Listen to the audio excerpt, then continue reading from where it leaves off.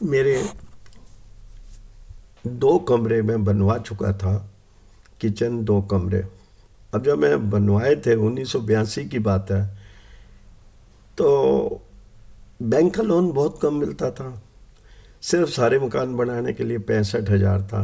उसमें ज़मीन और मकान में पूर्ति नहीं पड़ती। ज़मीन मैंने ले ली थी जहाँ व्हीलिंग चेयर चला सकूँ, बड़ी ज़मीन थी। पर ज्यों ही हमने ज़मीन ली थी, पर वो 4 सेक्टर अनडेवलप्ड था, और उसके लास्ट कोने पे ली थी। बिल्कुल ऐसे लगता था जैसे जंगल में ली हुई है। जब कुछ ही दिनों के बाद हम आए तो हमें वहाँ से सांप निकलने शुरू हो गए, क्यों पीछे एक फैक्ट्री थी बहुत बड़ी गत्ते की। तो वहाँ से धड़ाधड़ सांप निकलते थे। तो अब पहले 1-2 महीने मुझे और मेरी वाइफ को अलग अलग रहना पड़ा। मैं गुड़गांव में और वो वहाँ पे रोहतक में कमरा लेके। तो सबसे बड़ी खूबी ये थी कि मैं गुड़गांव में रहता था। अब मेरे पास, मैंने ज़िंदगी में कभी रसोई में खाने पीने का काम नहीं बनाया था, फिर भी वहाँ दिन की रोटी तो मेरी एक धर्म बहन मुझे भेजती रही। पर मेरे 3 घर यहाँ गुड़गांव में थे, भाइयों के, मेरे माँ बाप के। किसी ने भी इस बात को नहीं कहा कि रोटी हम भेज देंगे। खैर, दिन की रोटी खा के या दिन से सुबह में चाय बना लेता था किस तरीके से, बिना कैलिपर्स के रिढ़ते हुए ज़मीन पे बैठे हुए मैं चाय बना लेता था। खैर, एनी चाय पी के चलो बैंक में कुछ थोड़ा बहुत खा लिया। पर शाम को एक बहुत ही अच्छा सिस्टम बन गया मेरे बैंक में। एक सरदार आता था, उसका ढाबा होता था। कहता जी, रास्ते में आपका ढाबा पड़ता है, तो आप मेरे से रोटी ले जाया करो। मैंने कहा यार ठीक है। उस समय रोटी मेरे ख्याल से 1 रुपये या 4 आने की थी।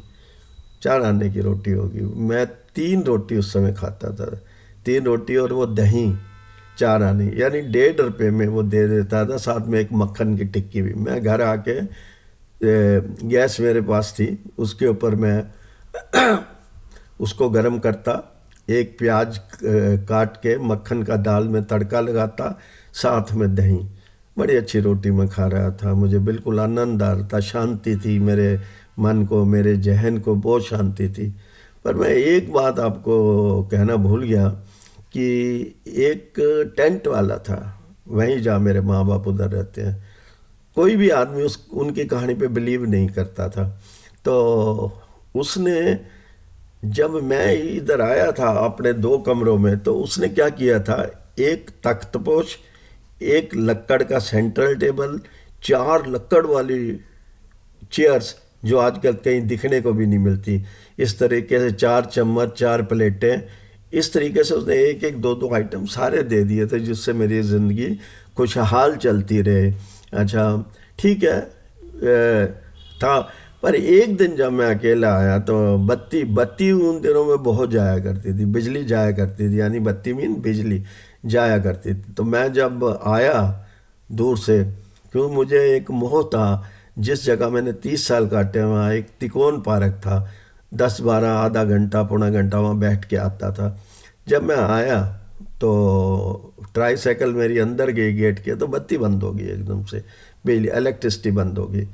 अब ऐसी खुदाई मार थी कि मैं ऊपर, कभी मैं नीचे उतरूँ तो मैं ज़मीन पे उतरूँगा, कभी मैं ऊपर चढ़ूँ, कभी मैं नीचे उतरूँ। अब ऐसी खुदाई मार थी कि खुदा ने नीचे नहीं उतरने दिया मुझे। पर जब इलेक्ट्रिसिटी आई तो मैंने देखा मेरे नीचे कम से कम 4-5 फुट का सांप बैठा था। अगर मैं नीचे उतरता तो उसके ऊपर उतरता, तो ज़िंदगी वहीं ख़त्म हो जाती, किसी को कोई कष्ट ना होता। पर खुदा रोकता था। खुदा कष्ट भी देता था और कष्ट का निवारण भी करता है। बहुत जगह मैंने ऐसे देखा है। एक दो, अभी तो मेरे पास हजारों अपनी स्टोरियां हैं, पूरी तो खैर मैं सुना पाऊंगा या नहीं सुना पाऊंगा। तो मैं बड़ा हैरान हुआ उस समय। मैं अपनी व्हील चेयर को नहीं, मैंने साथ के घर में कंस्ट्रक्शन हो रही थी, साथ में थोड़ी दूरी पर। तो वहाँ चौकीदार रहता था। मैंने उसको आवाज़ दी, बहुत तेज़ आवाज़ दी कि भैया बात सुनो यार, बात सुनो। तो उसने जब सुना, इतने में स्नेक निकल गया। मैंने कहा यार ये नीचे सांप था मेरे। उसने निकलते हुए ज़रूर देखा, वो गया वहाँ पे, पता नहीं उसने क्या किया, मैं नहीं कह सकता। तो पर मुझे सारी रात नींद नहीं आई। मैं तख्त पोश के बस, हालांकि तख्त पे ऊपर मैं कभी नहीं सोया था, रोज तख्त पोश पे ही सोता था, क्योंकि मेरे पे कुछ था तो थी नहीं, ना मुझे दहेज मिला था, ना मुझे घर वालों ने कुछ दिया था। वही 4 कपड़े और यही काम था मेरे को। और आप हैरान नहीं होंगे, जब मेरी वाइफ आई थी तो मैंने किचन में मिर्च मसाले रखने के लिए मेरे एक दोस्त ने केमिस्ट से कुछ वो डिब्बियाँ विब्बियाँ ला के दी थी। मतलब इस हालात से मैं गुजर रहा था, पर मनोबल मेरा नहीं टूट रहा था, मनोबल वैसे ही था मेरा। मतलब ऐसे था कि मैं हार मानने को तैयार नहीं था, जिंदगी में हार नहीं मानी, हार नहीं मानी, बस यही है। आगे मैं बताऊंगा आपको।